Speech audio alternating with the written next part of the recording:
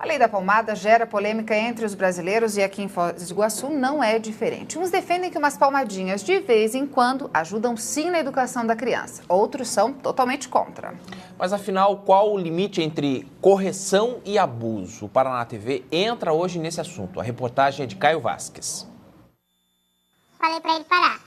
Aí, como ele não parou e chutando a porta, tudo, eu fui ali pra bater nele. Quando eu fui pra bater nele, ele veio me chutando, querendo me agredir. Eu peguei, segurei na perna dele e bati na perna dele, né? O relato é de uma mãe que foi denunciada ao Conselho Tutelar depois de bater com muita força no filho de 10 anos. Conversei com a mulher me orientou que não pode bater, que tem que castigar, põe um castigo, né? Conversar com a criança e tal. Tem dado resultado? Não, tá pior. A mulher afirma que levou sim umas palmadas dos pais quando era pequena e o desejo era fazer o mesmo com o filho. Eu sou educada, sei conversar com os outros, não faço nada de errado, eu quero a mesma educação que minha mãe deu pra mim e pro meu filho.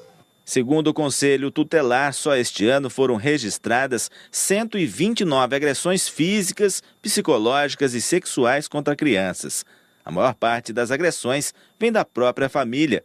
E nesses números não estão ainda os casos registrados pela polícia. A lei que entrou em vigor em julho deste ano é clara. Nenhuma criança e nenhum adolescente podem ser castigados fisicamente. As famílias precisam encontrar outras formas de educar os filhos.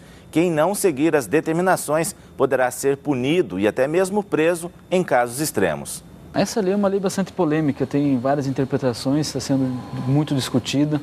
A sociedade interpreta de uma forma, o judiciário de outra. O Estado não tem o direito de interferir diretamente na criação dos pais, da forma de criar seus filhos. Agora, a própria lei também garante que não permite a questão da tortura, alguns tipos de agressões físicas também. O conselheiro lembra também que a sociedade precisa ver o conselho como uma entidade que quer ajudar as famílias. A função do Conselho Tutelar, a primeira é de averiguar a situação. Nenhuma família vai ser encaminhada para um órgão para estar respondendo algum processo ou outro sem que se tenha um fato óbvio que aconteceu, uma situação naquele sentido, né? Nós vimos aí o caso de uma mãe que foi denunciada ao Conselho Tutelar e realmente existem crianças que são vítimas de violência e precisam de uma proteção legal.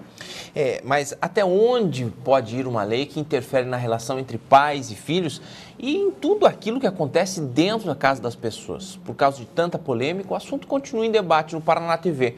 O repórter Caio Vasques vai ajudar a gente a tirar algumas dúvidas. Boa tarde, Caio. Aquele pai que dá uma chinelada no filho, por exemplo, né, pode ser punido pela lei? Olha, Gruber, pode sim. Boa tarde a você, boa tarde a Gisele, a todos em casa. Segundo a lei, qualquer tipo de agressão física poderá causar uma punição. Mas quem vai explicar um pouquinho melhor isso pra gente é a juíza da Vara da Infância e da Juventude, Sueli Fernandes Mor. Boa tarde, obrigado pela presença. Boa tarde. O que a lei diz exatamente? Se o pai der uma chinelada, por exemplo, for denunciado, ele é punido?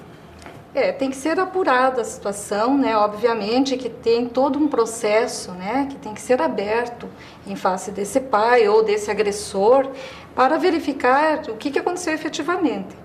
Então, se for apurado que realmente houve agressão física, ele pode ser punido e aí vai depender, claro, do grau, né, dessa agressão, das consequências que causaram nessa criança, que pode ser uma simples lesão corporal, né, um sinal, um hematoma, e pode aí então desencadear um processo que pode acarretar até a morte dessa criança. Então, toda agressão, ela é punida pela lei, sim, e os pais têm que ficar atentos, né, porque não é esse, ao nosso ver, a melhor forma de educar os filhos. O que fazer nesses momentos assim? A senhora estava explicando que entre os casos de 20 a 30 em média, mais ou menos, que a senhora atende. Sim, nós temos aí um registro mensal de cerca de 20, 30 casos, aí em média, né, de notícias de agressões.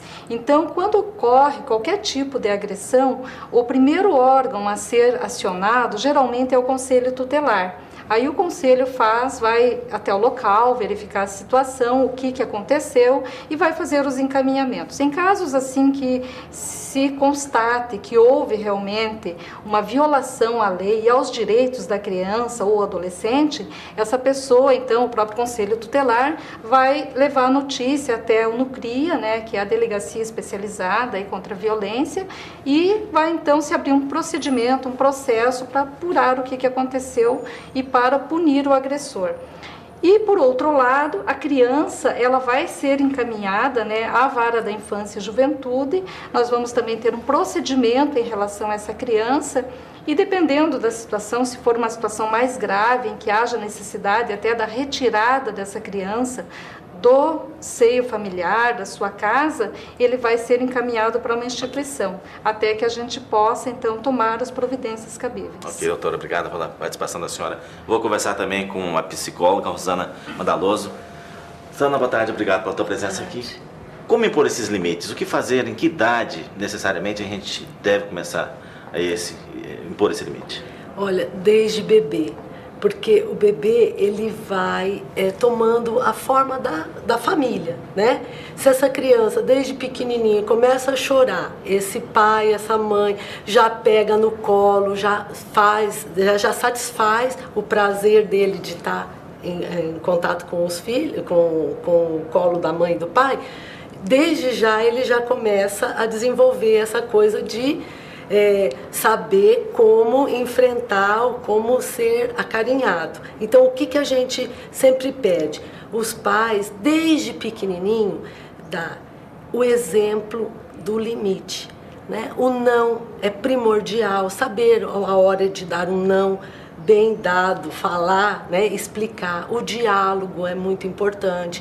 Quando a criança já começa a entender, né? Bater de jeito nenhum. A palmada ou a forma de bater não vai levar a nada. O aprendizado da criança é justamente através do exemplo. Se ela apanha, ela também vai provavelmente bater, né? A tolerância dela vai ficar muito baixa. Então é importante não desenvolver esse tipo de atitude, né? O importante é fazer com que a criança saiba o que é não e o que é, né, o que é certo, o que é errado. Os pais, né, trabalharem muito com isso, de conversarem entre eles também. Olha, o que a gente vai fazer com que a criança seja permitido para aquela criança. Ok, muito obrigado pela participação aqui no Paraná TV. Voltamos ao estúdio, Gisele. Ok, muito obrigado, Caio.